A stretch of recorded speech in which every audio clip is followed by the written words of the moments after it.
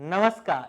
Bharat homeopathy में आपका स्वागत है और आज इस वीडियो में मैं आपको बताने वाला हूं कि कैसे आप अपने बढ़ते हुए रेमेटॉइड अर्थराइटिस को रोक सकते हैं, यानी स्टॉप कर सकते हैं। क्योंकि अगर आप अपने बढ़ते हुए रेमेटॉइड अर्थराइटिस को रोकते नहीं हैं, उसे सही करने की ओर कदम नहीं बढ़ाते, तो इसका रिजल्ट ये रहता है कि आपके जॉइंट्स में डिफॉर्मिटीज आ जाती हैं। जनरली देखा जाता है रेमेटॉइड अर्थराइटिस की शुरुआत हाथ के छोटे छोटे जॉइंट से होती है, यानी आपके फिंगर्स के इन जॉइंट से होती है। और जब ये लंबे समय तक बना रहता है तो इसकी वजह से आपकी फिंगर्स में डिफॉर्मिटीज आ जाती हैं, आपकी फिंगर की शेप चेंज हो जाती हैं, उनमें कुछ डिफॉर्मिटीज आ जाती है। और यहीं अगर ये रेमेटॉइड अर्थराइटिस आपके नी में होता है तो आपको नी रिप्लेसमेंट सर्जरी भी करवानी पड़ सकती है। तो इन सभी चीजों से बचने के लिए आपको ये पता होना बहुत ज्यादा जरूरी हो जाता है कि कैसे आप रेमेटॉइड अर्थराइटिस को रोक सकते हैं, उसके प्रोग्रेशन को रोक सकते हैं। तो सबसे पहले आपको अपने लाइफ शेड्यूल में एक्सरसाइजेस को इंक्लूड करना है। अब कई पेशेंट्स के मन में यह रहता है कि जब वो एक्सरसाइजेस करते हैं तो उनके जॉइंट्स में बहुत ज़्यादा पेन होता है और उनको स्वेलिंग को भी फेस करना पड़ता है, जिसकी वजह से वो एक दो दिन तो एक्सरसाइज करते हैं लेकिन उसके बाद वो एक्सरसाइज करना बंद कर देते हैं। और वहीं कुछ लोगों ने उन्हें ये भी कहा होता है कि अगर वो एक्सरसाइज करते हैं तो उनके जॉइंट्स में और ज़्यादा दिक्कतें हो सकती हैं, और ऐसे में पेशेंट्स क्या करते हैं, वो एक्सरसाइज करना बंद कर देते हैं। लेकिन अगर आप भी ऐसा करते हैं तो आप बहुत गलत कर रहे हैं, क्योंकि अगर आप रेमेटॉइड अर्थराइटिस को फेस कर रहे हैं या आप किसी भी तरह के अर्थराइटिस को फेस कर रहे हैं तो आपको एक्सरसाइज डेली बेसिस पर करनी बहुत ज्यादा जरूरी हो जाती है, क्योंकि ये आपके जॉइंट्स की मसल्स को और जॉइंट्स की स्ट्रेंथ को बढ़ाती है। जब भी आप एक्सरसाइज करते हैं इससे आपके जॉइंट्स की फ्लेक्सिबिलिटी, मूवेबिलिटी बढ़ती है। और वहीं जब आप एक्सरसाइज नहीं करते तो आपके जॉइंट्स में अकड़न आ जाती है, स्टिफनेस आ जाती है और मूवेबिलिटी बिल्कुल ना के बराबर रह जाती है, जिसकी वजह से आप डे टू डे बेसिस के काम नहीं कर पाते और रिजल्ट ये होता है आपका रेमेटॉइड अर्थराइटिस बढ़ता रहता है। आपको डेली बेसिस पर एक्सरसाइज जरूर करनी है। अब सवाल ये उठता है कि आपको एक्सरसाइज कितनी देर तक करनी, तो आप कम से कम 15 से 20 मिनट डेली बेसिस पर एक्सरसाइज करें। और अब सवाल यह है कि आप कौन से एक्सरसाइज करें। तो मैंने ऑलरेडी एक वीडियो बना रखी है जिसमें मैंने आपको हैंड की एक्सरसाइजेस बताई हैं जो आप रेमेटॉइड अर्थराइटिस के दौरान कर सकते हैं। इससे क्या होगा, आपके हैंड की मूवेबिलिटी बढ़ेगी, फ्लेक्सिबिलिटी बढ़ेगी और आप डे टू डे बेसिस के जो भी काम होते हैं वो इजीली खुद कर पाएंगे। तो आप उन एक्सरसाइजेस को कर सकते हैं और उस वीडियो को देखने के लिए आप डिस्क्रिप्शन एरिया में मौजूद लिंक पर क्लिक करें और उस वीडियो को देखें।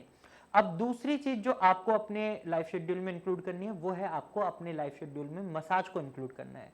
अब मसाज की बात आती है तो आप मसाज कैसे करें, तो मैं आपको आपके फिंगर्स के जॉइंट से बता देता हूं कि आप किस तरीके से मसाज करें।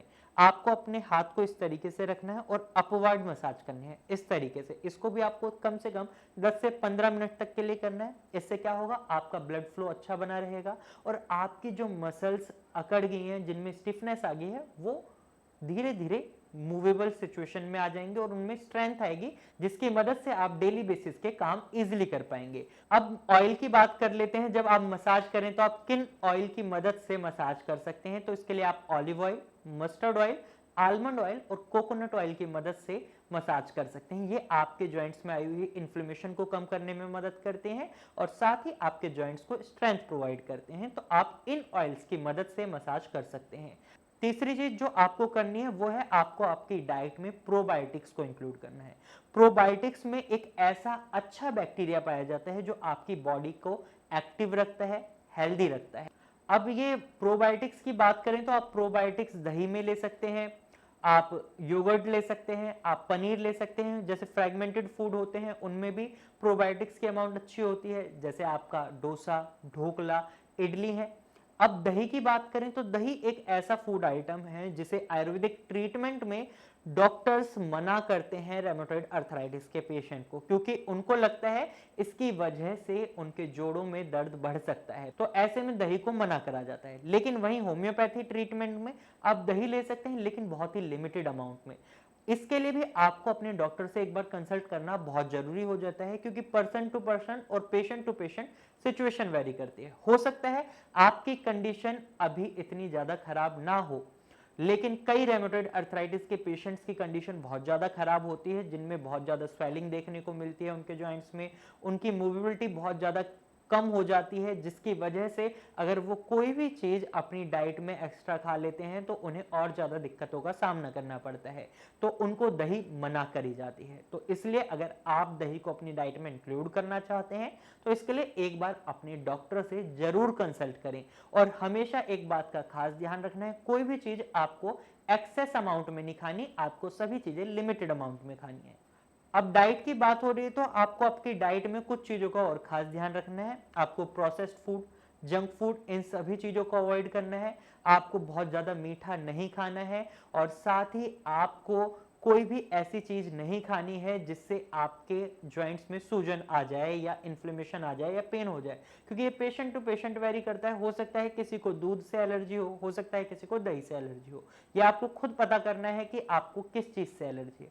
वहीं आपको शराब का सेवन बिल्कुल नहीं करना है। चौथी चीज़ जो आपको करनी है वो है आप हॉट पैड और कोल्ड पैड थेरेपी का इस्तेमाल कर सकते हैं। अब हॉट पैड और कोल्ड पैड थेरेपी आपके जॉइंट्स को रिलीफ तो देती ही है, साथ ही आपके जो रेमेटॉइड अर्थराइटिस की प्रोग्रेशन है उसको रोकती है।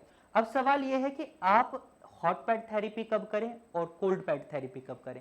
अगर आपके जॉइंट्स में बहुत ज़्यादा सूजन है तो आप कोल्ड पैड थेरेपी करें, ये आपकी सूजन को कम करने में मदद करेगा। वहीं अगर आपके जॉइंट्स में अभी सूजन ज़्यादा नहीं है तो आप हॉट पैड थेरेपी का इस्तेमाल कर सकते हैं। आप दोनों थेरेपीज का भी इस्तेमाल कर सकते हैं अपनी सिचुएशन को देखते हुए। जैसे अगर आपको आपके जॉइंट्स में स्ट्रेंथ लानी है, मूवेबिलिटी लानी है, तो उस टाइम जब आपको सूजन नहीं है तो उस टाइम आप हॉट पैड थेरेपी का इस्तेमाल कर सकते हैं। वहीं एक और बात का आपको खास ध्यान रखना है वो है आपको अपनी डाइट से नॉनवेज डाइट को बिल्कुल हटा देना है, खासकर रेड मीट को, क्योंकि ये आपकी सूजन को बढ़ाता है और जब रेमेटॉइड अर्थराइटिस के पेशेंट में सूजन बढ़ती है तो ये उनके रेमेटॉइड अर्थराइटिस की सिचुएशन को और ज़्यादा खराब कर देती है। तो आपको कोई भी नॉनवेज आइटम को अपनी डाइट में इंक्लूड नहीं करना है। तो आज की वीडियो में मैंने आपको कुछ ऐसे तरीके बताए जिनकी मदद से आप अपने बढ़ते हुए रेमेटॉइड अर्थराइटिस को वहीं पर रोक सकते हैं। लेकिन मैं आपको एक बात और बता दूं, जब भी आप रेमेटॉइड अर्थराइटिस में इन होम रेमेडीज को अपनाते हैं तो ये आपके रेमेटॉइड अर्थराइटिस को ठीक नहीं करती, क्योंकि ये एक ऑटो इम्यून डिसऑर्डर है और ऑटो इम्यून डिसऑर्डर यानी आपकी बॉडी के अंदर ये डिसऑर्डर है। तो ऐसे में आपको इन सभी बातों का खास ध्यान रखना है, साथ ही साथ आपको एक सही ट्रीटमेंट को भी चूज करना है।